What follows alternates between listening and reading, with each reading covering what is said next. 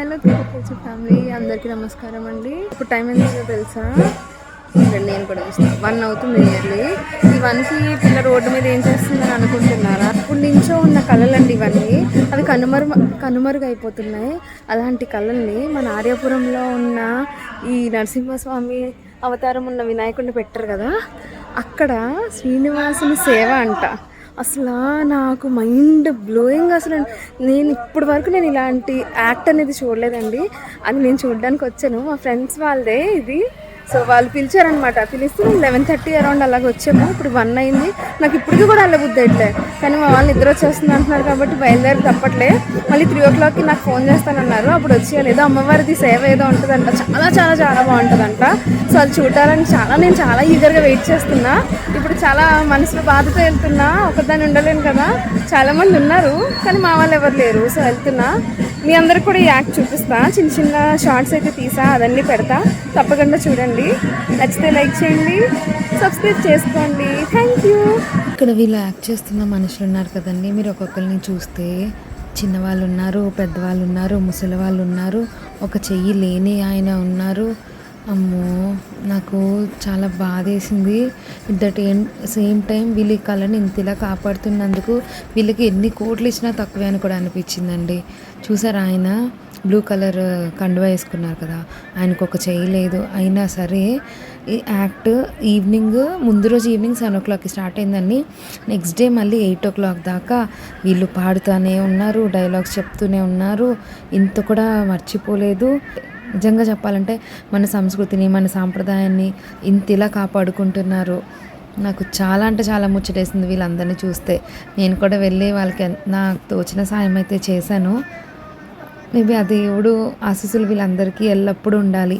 ఇలాగే చాలా కార్యక్రమాల్లో వీళ్ళు ఇలాంటి ప్రోగ్రామ్స్ చేసి వీళ్ళు మంచిగా సంపాదించుకొని వీళ్ళ పిల్లల్ని మంచిగా చూసుకొని హ్యాపీగా బతకాలండి. ఒక 12 hours అలా నించొని చేస్తున్నారంటే మాటలా, వీళ్ళకి 2 చేతులు జోడించి నమస్కరించాలి. సో చూసారు కదండి, చిన్న చిన్న బిట్స్ ఇలా ఫన్నీగానే ఆ శ్రీనివాసుని కథ అనేది చెప్పడం జరిగింది. సో ఈ కథలో మధ్యలో కనకదుర్గమ్మ వారు వస్తారంట. ఆమె వచ్చి శ్రీనివాసునికి ఎలా పెళ్లి చేసింది అనే స్టోరీ చెప్పడానికి. మేము చెప్పినట్టు 3:30 or 4కి మళ్ళీ లేచి వచ్చేసాము. వచ్చిన తర్వాత అమ్మవారు ఇలా దర్శనం ఇచ్చారనమాట. గూస్ బంప్స్ వచ్చాయండి. ఫస్ట్ అయితే అందరూ భయపెట్టేశారు. అమ్మో ఇక్కడ ఉండకండి, మీరు ఉండలేరు, అటు ఇటు పరిగెట్టేస్తారు అని చెప్పి చాలా భయపడ్డాము. ఇప్పుడు అమ్మవారు వచ్చినప్పటి నుంచి కథ మొత్తం పూర్తయ్యి వెంకటేశ్వర స్వామి పెళ్ళి అయ్యేదాకా కూడా గూస్ బంప్స్ అలానే ఉన్నాయండి. ఈ అమ్మవారు యూజువల్గా వీళ్ళు వేరే వేరే చోట్ల కూడా చేస్తారు కదా, అలా ఉన్నప్పుడు జస్ట్ 1 hour అలానే ఉంటుందంట ఈ యాక్ట్ అనేది, ఓన్లీ అమ్మవారి పార్ట్. కానీ ఇక్కడ ఆల్మోస్ట్ 2.5 గంటలండి. ఎవరైతే ఈ అమ్మవారి వేషం వేశారో అతనికి అమ్మవారు పూనేరు. ఆల్మోస్ట్ 2.5 గంటలు అలానే అమ్మవారు ఆమె దగ్గరే ఉండిపోయారనమాట. స్టార్టింగ్లో అంత నార్మల్గానే అనిపించింది, వాళ్ళు ఏదో షో చేస్తున్నారు, యాక్ట్ చేస్తున్నారు అన్నట్టే. ఎప్పుడైతే ఆమె మనుషులకి రెస్పాండ్ అవ్వడం మొదలుపెట్టారో జనాలు అందరూ క్వశ్చన్స్ అవి అడుగుతారు కదా, తెలుసు కదా మనకి, ఎవరికైనా ఒక మనిషికి అమ్మవారు పూనితే ఎలా రియాక్ట్ అవుతారు, అదంతా కళ్ళ కట్టినట్టు కనిపించారు. ఆ సౌండ్స్కి, ఆ యాక్ట్కి, ఆ సాంబ్రానికి. అక్కడ ఉన్న వాళ్ళలో ఒక 3 ఆడవాళ్ళకి కూడా అమ్మవారు పూనేశారండి. అమ్మో, నేను ఎప్పుడు ఇంత పవర్ఫుల్ యాక్ట్ అయితే నేను ఎక్కడ చూడలే. వాళ్ళకే తెలియట్లేదు వాళ్ళకి ఏమవుతుంది అనేసి. చాలా అంటే ఒక్కొక్కరికి ఒక 5-10 minutes అలా అమ్మవారు ఉండిపోయారండి.